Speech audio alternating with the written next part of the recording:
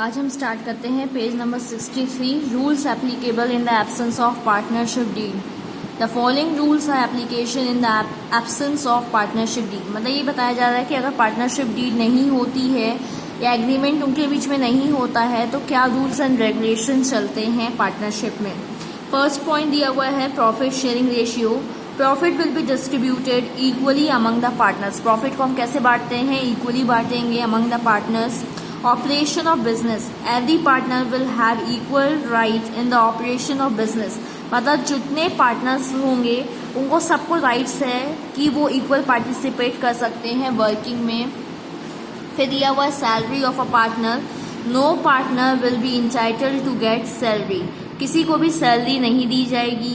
Interest on capital, interest on capital will not be given. Interest on capital भी उन्हें नहीं दिया जाएगा, मतलब कैपिटल पे कोई इंटरेस्ट नहीं दिया जाएगा उन्हें। Interest on drawing, interest on drawing the amount will not B charge. मतलब यही बोला जाएगा कि ड्राइंग पे भी इंटरेस्ट आपको पे नहीं करना पड़ेगा। Interest on loan of partner, interest on loan of partner will B charge at the rate of 6%। हाँ, लोन अगर एक पार्टनर आपको लोन दे रहा है, मनी दे रहा है लोन के तौर पे, तो आपको उसको 6% से इंटरेस्ट पे करना पड़ेगा। Use of firm's property, no partner will use the firm's property for his personal use. कोई भी पार्टनर अपने पर्सनल पर्पस के लिए, अपने प्राइवेट यूज के लिए फर्म की प्रॉपर्टी यूज नहीं कर सकता है। Inspection of accounts book, every partner will have a right to see and inspect the books of account. जितने पार्टनर्स होते हैं सबके पास राइट्स होता है कि जो बुक मेंटेन की जा रही है उसको वो चेक कर सकें। New partner may be admitted only after the consent of all the partners। नया पार्टनर तभी आ सकता है जब सब परमिशन देंगे, सब एग्री होंगे तब। Termination of partner, no partner can be terminate from the partnership firm. कोई भी पार्टनर छोड़ के टर्मिनेट मतलब उसको हटाया नहीं जा सकता है, टर्मिनेट नहीं किया जा सकता है। Negligence of a partner, the relevant partner will be held responsible for his negligence and losses incurred to the firm caused by him. अगर किसी पार्टनर के कारण फर्म को लॉस होता है, फर्म को लॉसेस बियर करने पड़ते हैं, तो उसको वो चीज़ सफ़र करनी पड़ेगी, पे आउट करना पड़ेगा। Alteration in firm, information regarding alteration in firm should be given to all the members.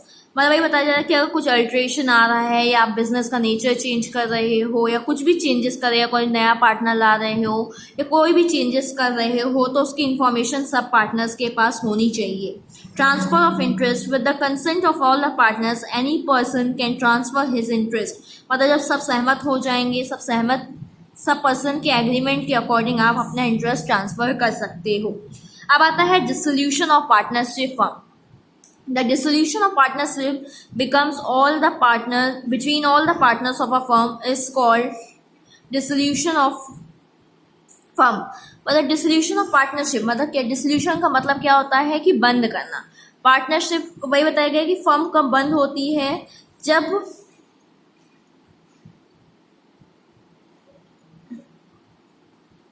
Partnership खत्म हो जाती है, अब कोई पार्टनर्स नहीं रहता है तो डिसोल्यूशन हो जाता है हमारे फर्म का।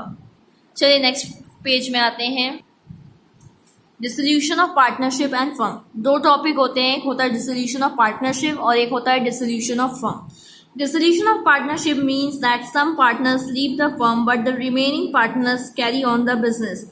In this case, the business is continued with the reconstitution of members। इसमें ये बताया जा रहा है कि डिसोल्यूशन ऑफ पार्टनरशिप में क्या होता है कि कुछ मेंबर्स जो होते हैं वो छोड़ के चले जाते हैं, लेकिन उनके जाने के बाद भी बिजनेस चलता रहता है। मतलब जो पार्टनर्स पहले के रहते हैं वो आपस में मतलब अपने चेंजेस कर लेते हैं। रिकॉन्स्टिट्यूशन मतलब चेंजेस कर लेते हैं, और वर्किंग मतलब बिजनेस को फिर चलाते रहते हैं, बिजनेस उनका बंद नहीं होता है। अब दूसरा टॉपिक आता है dissolution of firm. Dissolution of firm means that the business itself comes to an end, the relation between all the partners come to end। मतलब इसमें यही बताया, जब डिसोल्यूशन ऑफ फर्म होता है तो उसमें बिजनेस ही बंद कर दिया जाता है। जब बिजनेस बंद हो जाएगा तो पार्टनरशिप भी कहाँ से रहेगी, पार्टनर्स भी मतलब फिर अलग अलग हो जाएंगे और पार्टनरशिप का भी एंड हो जाएगा। Here it should be mentioned that the dissolution of firm lead to compulsory dissolution of partnership. मतलब ये आपको पता होना चाहिए कि जब फर्म बंद होता है तो पार्टनरशिप भी खत्म हो जाएगी, but dissolution of firm is not compulsory with the dissolution of partnership. लेकिन जब आप डिसोल्यूशन ऑफ पार्टनरशिप करते हो या पार्टनर्स कहीं छोड़ के जाते हैं तो उससे आपका बिजनेस बंद नहीं होता है, वो आपका डिसोल्यूशन ऑफ फर्म नहीं कहला सकता है. The firm continues to work in case of dissolution of partnership. यही बताया जा रहा है कि जो फर्म होता है वो अपना काम करता रहता है even after dissolution of partnership. जब पार्टनर्स छोड़ के चले जाते हैं तो भी. Before studying dissolution of firm it is essential to study dissolution of partnership. Following are the reasons for the dissolution of partnership. मतलब पार्टनरशिप क्यों, मतलब पार्टनर्स क्यों छोड़ के जाते हैं, उसका रीज़न आपको दिया हुआ है. ऑन वॉलंटरी और permanent retire of a partner. मतलब इसमें ये बताया जा रहा है कि रिटायरमेंट की एज हो जाती है तो कोई पार्टनर छोड़ के चला गया. A partner may leave the firm for the following reasons. पहला हो गया ओल्ड एज और एंड इल हेल्थ. मतलब ज़्यादा एज के कारण या बीमार या हेल्थ कोई प्रॉब्लम हो जाने के कारण वो छोड़ के चले जाते हैं. Transfer of shifting of a partner due to his personal reasons.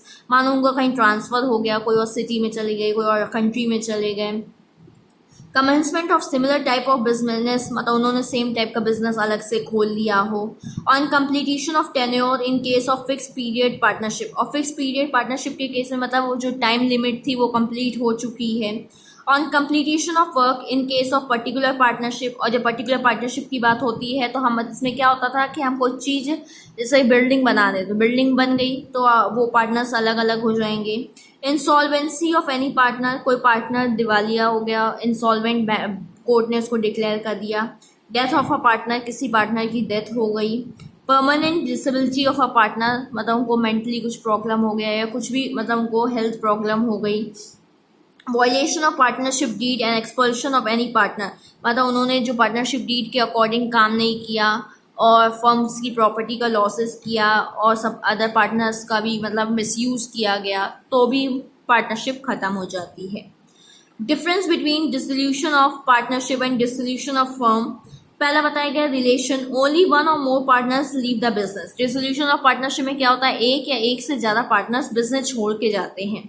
Mutual relationship between all the partners comes to an. इसमें जो म्यूचुअल रिलेशनशिप होता है मतलब एक तरीके से वो पार्टनरशिप ही खत्म हो जाती है, बिजनेस भी बंद हो जाता है. Discontinue. The business is not discontinue. मतलब इसमें ये होता है बिजनेस चलता रहता है. Business comes to an end. इसमें बिजनेस ही खत्म हो जाता है. Dissolution. Dissolution of firm is not essential in case of dissolution of partnership. इसमें बिजनेस बंद होना कंपलसरी नहीं है और with dissolution of the firm the partnership is invariably dissolved. इसमें यही बताया गया है कि जब फर्म डिसॉल्व मतलब फर्म का डिसोल्यूशन होता है तो पार्टनरशिप भी खत्म हो जाती है. Settlement of account. Only the account of outgoing partner is settled that is he is paid his dues. मतलब यहाँ पे जो जाने वाला रहता है सिर्फ उसी के अकाउंट में चेंजेस आते हैं, मतलब उसका जो पैसा ऐसा बचा हुआ रहता है जितने ड्यूज वगैरह रहता है हम उसको पे आउट कर देते हैं. The account of the partners और सेटल्स. में सभी पार्टनर्स के अकाउंट को सेटल किया जाता है. The assets are deposited and liabilities are paid. मतलब वही बताया जाए जितनी एसेट्स हैं उसको डिपॉजिट किया जाता है और लाइबिलिटीज़ को सामने वाली के पे किया जाता है. Circumstances. Partnership end due to death, retire etcetera. Partnership ख़त्म क्यों होती है, किसी की डेथ हो जाने के कारण, किसी के रिटायरमेंट के कारण. By order of court, death, intensity और इंसॉल्वेंसी एंड म्यूचुअल एग्रीमेंट. ये कोर्ट के ऑर्डर के कारण ख़त्म होता है या मानो पार्टनर्स दिवालिया हो गए, फर्म दिवालिया घोषित हो जाती है, पैसा इतना नहीं है तो लॉस से सफ़र कर रहा होता है बिजनेस, तो ये चीज़ ख़त्म हो जाती है. अब हम आते हैं नेक्स्ट पेज में. इसमें आपको बताया गया methods of dissolution of firm. इसका आपको चार्ट दिया गया है. चलिए हम देखते हैं dissolution by agreement. A firm में बी डिसॉल्व. पहला पॉइंट दिया with the consent of all the partners. मतलब ये बताया जाए एग्रीमेंट. एग्रीमेंट के अकॉर्डिंग मतलब जब सब सहमत हो जाते हैं तो आपका जो फर्म होता है वो डिसॉल्व, बिजनेस खत्म हो जाता है. In accordance with the contract between the partners. The contract में भी एक्सप्रेस और इम्प्लाइड. और कॉन्ट्रैक्ट जैसा आपने बनाया है कि इतने साल बाद ये चीज़ ख़त्म हो जानी चाहिए, बिजनेस हम बंद कर देंगे, तो कॉन्ट्रैक्ट के according. Dissolution of old firm and constitution of new firm has to be determined on the basis of intention of parties to be gathered from documents executed by and between partners and other facts and surrounding circumstances of the case। इसमें यही बताया गया है कि जो old form होती है वो बंद हो जाती है और नए फॉर्म के बाद जब बनती है तो उसके अलग एग्रीमेंट्स होते हैं, अलग कॉन्ट्रैक्ट होते हैं। बाय कंपल्सरी डिसोल्यूशन और bye operation of law, by the adjudication of all the partners but one as insolvent। इसमें ये बताया जा रहा है कि जितने ऑल पार्टनर्स होते हैं वो सही रहते हैं, लेकिन एक क्या हो जाता है, इंसॉल्वेंट हो जाता है। Section 34 provides that when the partner is adjudicated as insolvent, मतलब जब उसको डिक्लेयर कर दिया जाता है insolvent, he ceases to be a partner from the date on which he is adjudicated as insolvent, मतलब उस दिन से वो उस कंपनी का फर्म का पार्टनर नहीं रहेगा जिस दिन से उसे इंसॉल्वेंट डिक्लेयर किया जाता है। Therefore, if all the partners are educated insolvent, the firm ceases to exist। मतलब जब पूरे फर्म के पूरे पार्टनर्स को इंसॉल्वेंट डिक्लेयर कर दिया जाता है तो वो फर्म उस दिन से बंद हो जाती है। Similarly, if all except one partner are educated insolvent, then two firm will cease to exist for minimum number of person to form a partnership shall be at least two। मतलब इसमें यही बताया जा रहा है कि अगर एक पार्टनर को भी हम इंसॉल्वेंट डिक्लेयर करते हैं और मानिए सपोज करिए दो ही पार्टनर्स थे, उसमें से एक अगर इंसॉल्वेंट डिक्लेयर कर दिया गया तो फर्म क्या होगी, बंदी हो जाएगी एक तरीके से, क्योंकि एक पार्टनर के थ्रू हम पार्टनरशिप कैरी नहीं कर सकते। आपको पता है कि पार्टनरशिप के लिए कम से कम 2 पर्सन होने चाहिए, और अगर आपके पास 3 पर्सन थे, एक को अगर इंसॉल्वेंट डिक्लेयर किया गया है तो 2 लोग अगर कंटिन्यू करना चाहते हैं तो फर्म को कंटिन्यू कर सकते हैं, बिजनेस को कंटिन्यू कर सकते हैं। नेक्स्ट पेज में आते हैं, page number 66। By the happening of an event which makes it unlawful for the business of the firm to be carried on, that is the business of the firm becoming illegal. इसमें यही बताया जा रहा है कि business आपका illegal, आपने गलत काम करना स्टार्ट कर दिया तो भी आपका फॉर्म बंद हो सकता है। On the happening of certain contingencies, section 42, subject to the contract between the partners under the following circumstances the firm is dissolve. पहला पॉइंट है, if the firm is constituted for a fixed term then by the expiry of that term, that is by efflux of time, however the authority of the partner continues for the purpose of winding up। इसमें यही बताया जा रहा है कि आपने एक fix time के लिए बनाया है 5 ईयर्स के लिए, अगर 5 ईयर्स कंप्लीट हो जाता है तो उसके बाद आपका फॉर्म बंद हो जाएगा। If the form is constituted to carry out one और more adventures or undertakings then by completion thereof, मतलब आपने कुछ रोड बनाने का कॉन्ट्रैक्ट लिया है, बिल्डिंग बनाने का कॉन्ट्रैक्ट लिया है, जब वो चीज़ बन जाती है तो भी कॉन्ट्रैक्ट खत्म हो जाता है। By death of a partner where there are only 2 members, death of anyone would dissolve partnership unless the surviving partner exists into a fresh partnership with the higher or nominee of the deceased partner। तो इसमें यही बताया जा रहा है कि किसी person की डेथ हो जाती है, वहाँ पे ओनली 2 ही पर्सन थे, उसमें से किसी एक की डेथ हो गई तो आपका बिजनेस बंद ही हो जाएगा। By adjudication of a partner as insolvent, the partnership is dissolved on the date on which the order of education is made। इसमें यही बताया जाए किसी भी पार्टनर को इंसॉल्वेंट आपने डिक्लेयर कर दिया तो भी आपकी पार्टनरशिप बंद हो सकती है, क्योंकि 2 ही पार्टनर थे और उसमें से एक इंसॉल्वेंट डिक्लेयर कर दिया गया है। By notice, section 43, in case of partnership at will the partnership may be dissolved by giving a written notice to all other partners of his institution।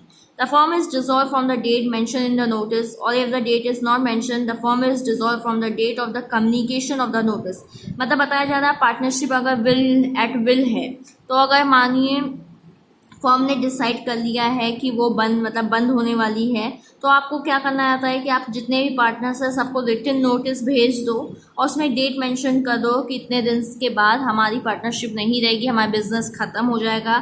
और मानिए अगर डेट मेंशन नहीं रहती है तो जिसने आप नोटिस भेज रहे हो, जब सामने वाले को नोटिस मिल जाएगा तो उसी दिन से वो चीज़ बंद हो जाएगी। The notice must be explicit, precise and final. और मतलब ऐसा नहीं कि आपने एक बार नोटिस भेजा है फिर आप सोचो नहीं चलने देते, ऐसा नहीं, मतलब जो आपने डिसीजन दिया है वो एक बार फाइनल होना चाहिए। It should be serve to all the partners, और हर पार्टनर्स के पास जाना चाहिए। A notice once given can not be withdrawn unless all other partners are consent. A partnership which is not at will can not dissolve by notice. मतलब ये बताया जा रहा है कि बिल के अलावा वाली बाकी चीज़ें आप नोटिस के बिना बंद नहीं कर सकते हो। By the order of the court, the essential elements to be noted here that only on the suit by one partner the court will interfere and order dissolution of the firm or any of the following grounds।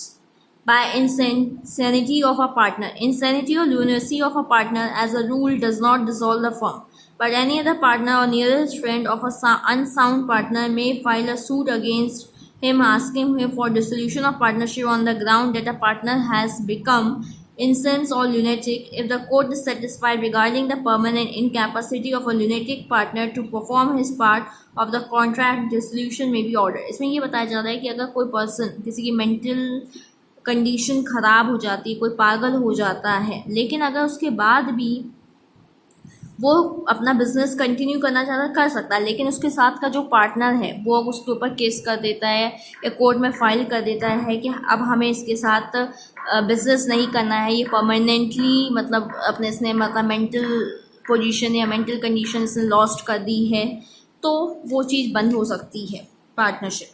By permanent incapacity of a partner, where a partner becomes permanently incapable of performing his duty as a partner on a suit being filed by the other partner, the court may order for the dissolution of the firm.